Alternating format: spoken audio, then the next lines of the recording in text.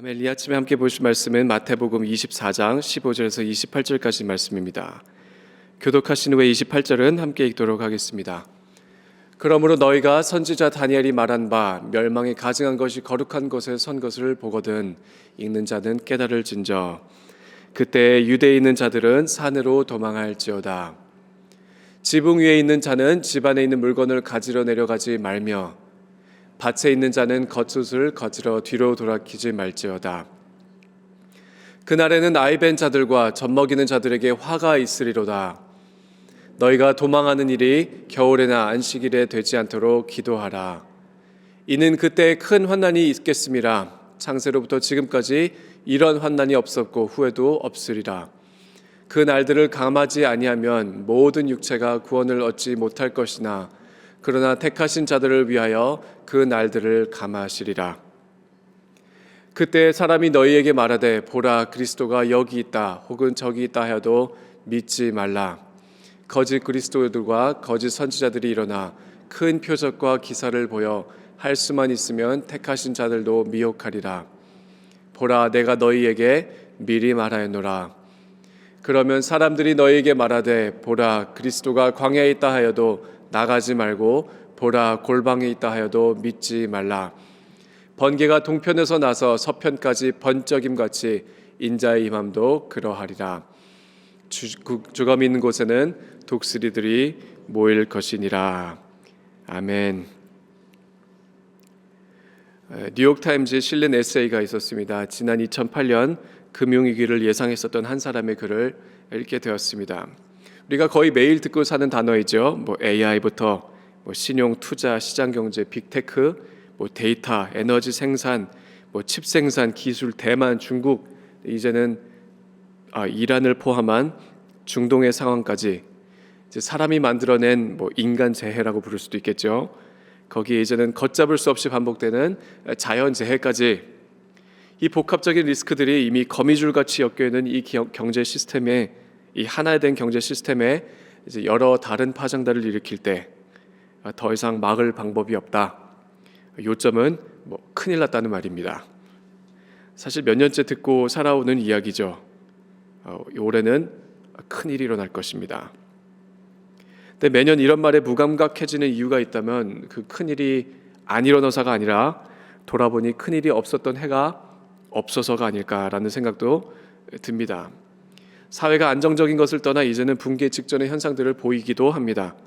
사람들의 전반적인 정서 상태나 한국이든 미국이든 여러 나라 할 것 없이 정치적인 상황, 사회적인 상황, 경제 기사들을 볼 때마다 왜 이리도 예나 지금이나 사람은 내일의 일들을 알고 싶어 하는지 이제는 그런 심리가 이해가 가기도 합니다. 오늘 본문에 언급된 다니엘은 고대 시대를 살았던 그 다니엘, 여러분 그의 직업도 사실상 미래학자였습니다. 다니엘 밑에 있던 오늘날의 흔히 말하는 아이비리거들 출신 과학자들과 철학자들, 그들이 그토록 하늘을 공부하고 점을 쳤던 이유는 미래를 보는 것이 사람이 가질 수 있는 최고의 힘이라 생각했기 때문이었겠죠. 누가 이 전쟁에서 이길 것인가? 오늘은 어떤 항목이 뜰 것인가? 오늘 어느 대학을 가야 우리 자녀가 성공할 수 있을까? 어느 직종과 직장을 가져야 내일이 보장될까? 어떤 대통령을 뽑아야 내 인생이 필 수 있을까? 내일을 아는 것이 힘이겠지요. 그러나 오늘 본문을 보십시오. 때로는 내일 일을 안다는 것이 마냥 좋지만 않다는 것을 저는 다니엘의 예언을 통해 깨닫게 됩니다. 성경에 기록된 미래에 대한 예언이 갖고 있는 기능은 세상이 말하는, 세상이 원하는 힘과는 많이 다른 듯합니다. 특별히 예수님께서 굳이 다니엘을 언급하시는 이유가 무엇일까요? 여러분, 다니엘이 예견하였던 그 예언이 1차적으로 이미 역사적인 사건이 되었었기 때문입니다. 성경 공부하시면서 꼭 들어보았을 이름이죠. 에피파네스, 헬라 시대 때 헬라 제국의 왕, 그가 성전과 제사를 부정하게 하여 이스라엘에게 씻을 수 없는 치욕과 어려움의 시간을 가져다 주었던 그 시절이 있었습니다. 주전 167년경이죠. 그때 이스라엘은 아마 본인들이 가장 힘든 시간을 지나가고 있었을 것이라 생각했을 수도 있겠죠. 그러나 예수님께서 지금 설명하고 계신 사건은 조금 더 완전한 성취입니다. 곧 임할 가까운 미래의 사건이 되지요. 그때에 큰 환란이 있겠습니다. 마가복음과 누가복음에 동시에 실린 이야기가 되는 이 본문을 보면 이 사건은 2차적으로 예루살렘이 곧 로마에 둘러싸이게 되며 결과적으로 돌 위에 돌 하나도 남지 않는 그러한 성전이 다 무너지리라는 예수님의 그 성전의 끝을 예언하심을 저희가 알게 됩니다. 역사적으로도 예루살렘 멸망 사건은 자세하게 기록이 되어 있습니다. 로마가 예루살렘을 멸망시키기 전에 5달에 걸쳐 그들을 포위하여 그 시간이 얼마나 지옥 같았던 세월인지는 여러분 직접 읽으실 수 있습니다. 차마 그 표현을 이 자리에서 할 수는 없겠습니다. 사람이 굶주린다는 것은 무서운 일이죠. 그러나 굶주린 것보다 더 무서운 것은 공포입니다. 두려움, 내일은 없다. 소망은 없다.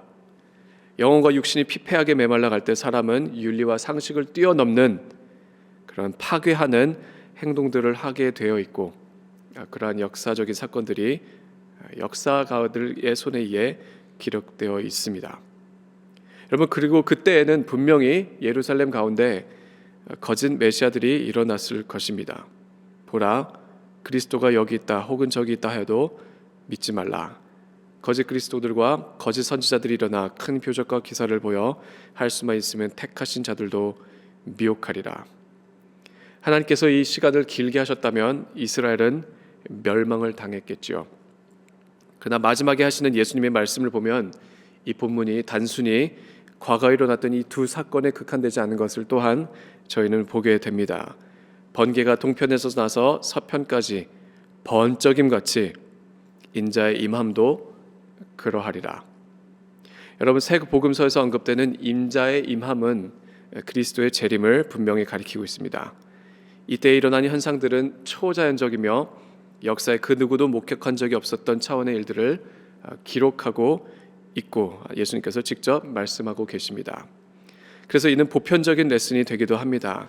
인자가 임하는 방식은 사람이 구현할 수 없는 그런 방법이 될 것이기 때문에 누가 나타나도 속지 마라. 헬라도 로마도 아닌 사람이 감히 어떻게 할 수 없는 하늘에 보이는 인자의 징조만이 그리스도의 재림의 신호가 된다는 것이죠. 그 어떠한 인간적인 현상에도 모두를 초월하는 엄청난 인물의 출현에도 헛된 희망을 품지 말고 미혹되지 않도록 보라, 너희에게 미리 말하였노라 말씀하고 계신 것이죠. 결국 이 짧은 본문에서 우리는 예수님의 부활 이후에 임하는 심판, 곧 예루살렘의 멸망으로부터 본격적으로 시작된 그 교회 시대부터 역사의 끝에 임할 그리스도의 재림에 이르기까지, 여러분 길면선 길 수도 있겠고 짧으면 짧을 수도 있는 이 신약 시대의 처음과 끝을 보고 있는 것이죠.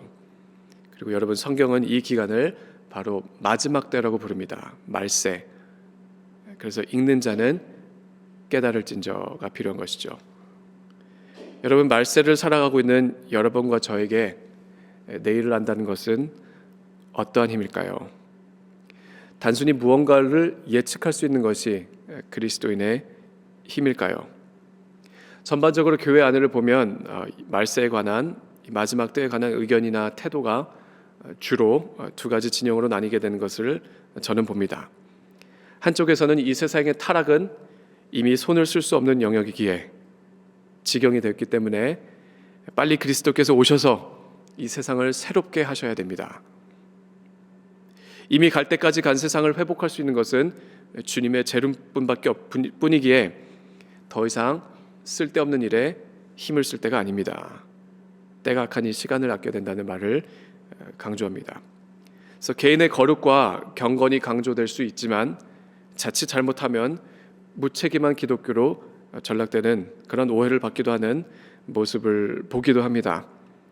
어떻게 보면 천국을 바라보는 것 같아 보이나 또 어떻게 보면 동시에는 세상으로부터 눈을 완전히 돌려버리는 그런 태도를 갖게 되기도 하죠. 그래서 영어로는 이런 표현을 하이퍼 스피리추얼이라는 표현을 씁니다. 영적이긴 한데 하이퍼한 거죠. 또 다른 진영이 있습니다. 앞으로 임할 하나님의 나라를, 곧 말세의 끝을 오늘 사람의 손으로 일구어내는 것이 교회의 사명이라 주장하는 진영이 있습니다. 주로 사회적인 변화와 개혁을 실행하는 것이 교회가 빛과 소금의 역할을 감당하는 것이라 말하죠. 그래서 적극적인 정치적 개입과 사회의 변화를 사회 발전에 심혈을 기울이기도 합니다. 그러나 때로는 사회의 조직과 그 여러 가지 변화 가운데서 결코 인간적이지 않은 하나님의 나라, 영적인 차원의 하나님의 나라가 상실되기도 하는 것을 저는 보기도 합니다.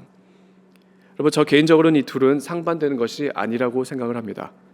하나는 이미 임한 하나님의 나라를 보는 것이고, 다른 하나는 앞으로 임할 하나님의 나라를 바라보고 있는 것이죠. 예수님께서는 분명히 이 둘을 다루시고 말씀하고 계십니다.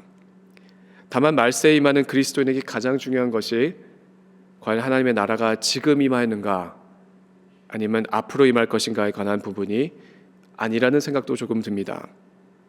천국은 어디에 있는 지역적인 나라가 아니고 사람에게 속한 인간적인 나라가 아님을 예수님께서 이미 사마리아 여인에게 설명하신 적이 있습니다.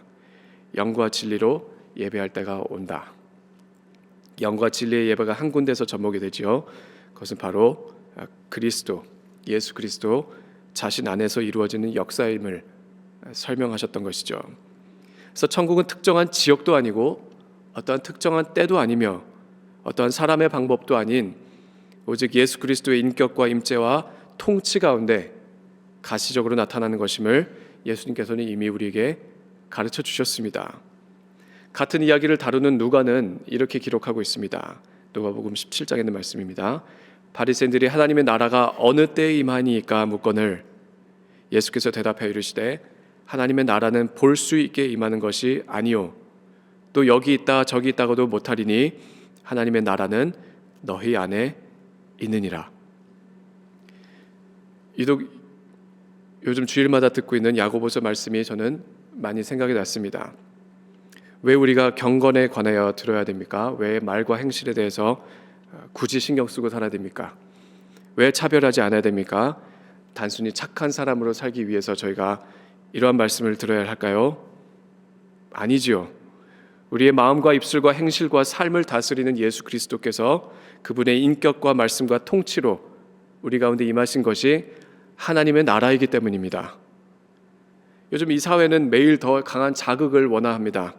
실증이 날 때마다 새로운 메시아들을 요구하기도 합니다. 세상을 크게 흔드는 많은 일들이 일어나고 있고 대단한 인물들과 세력들이 날이 갈수록 크게 떠들고 있지만 오늘 우리에게 가장 중요한 것은 이 땅에서 우리의 삶 가운데 하나님의 나라를 사수하고 고집하는 것, 곧 그것은 예수 그리스도를 붙잡고 닮아가기로 고집하는 것이라 생각하게 됩니다. 그래서 바울은 로마서에서 이렇게 고백을 합니다. 너희 몸을 하나님이 기뻐하시는 거룩한 산 제물로 드리라. 이는 너희가 드릴 영적 예배니라. 너희는 이 세대를 본받지 말고 오직 마음을 새롭게 함으로 변화를 받아 하나님의 선하시고 기뻐하시고 온전하신 뜻이 무엇인지 분별하도록 하라. 여러분, 당장 오늘 그리스도의 향기가 나지 않는 저에게 왜 제가 내일 임할 하나님의 나라에 합당하다고 생각하실까요?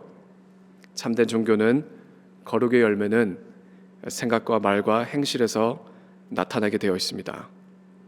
여러분, 나의 마음과 삶이 개혁이 되지 않았는데 어떻게 이 사회가 변할 것이라 생각할까요? 여러분, 성령께서 일으키신 모든 과거의 부흥과 혁명은 회개 운동에서 시작되었다는 것을 기억할 필요가 있겠습니다. 결론입니다. 말세에 관하여, 재림에 관하여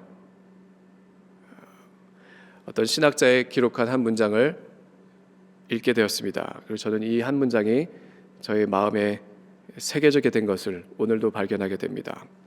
말세의 그리스도인은 어떻게 살아야 할까요? 종말론 때의 시험 때는 윤리다. 여러분, 처음 들었을 때 그런 말 있잖아요. 이런 사람은 영적인 것을 잘 모르는 사람이다. 인본주의적인 사고방식이다.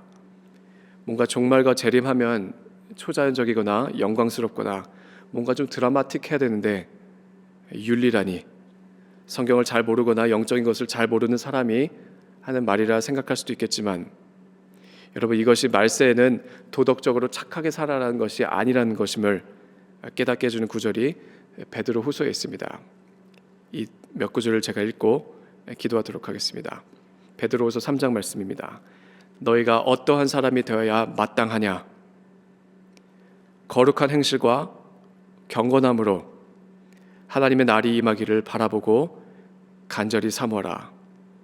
그러므로 사랑하는 자들아, 주 앞에서 점도 없고 흠도 없이 평강 가운데서 나타나기를 힘쓰라. 여러분, 마지막 때와 재림의 시험 때는 거룩한 마음과 구별된 삶에 있습니다. 기도하시겠습니다.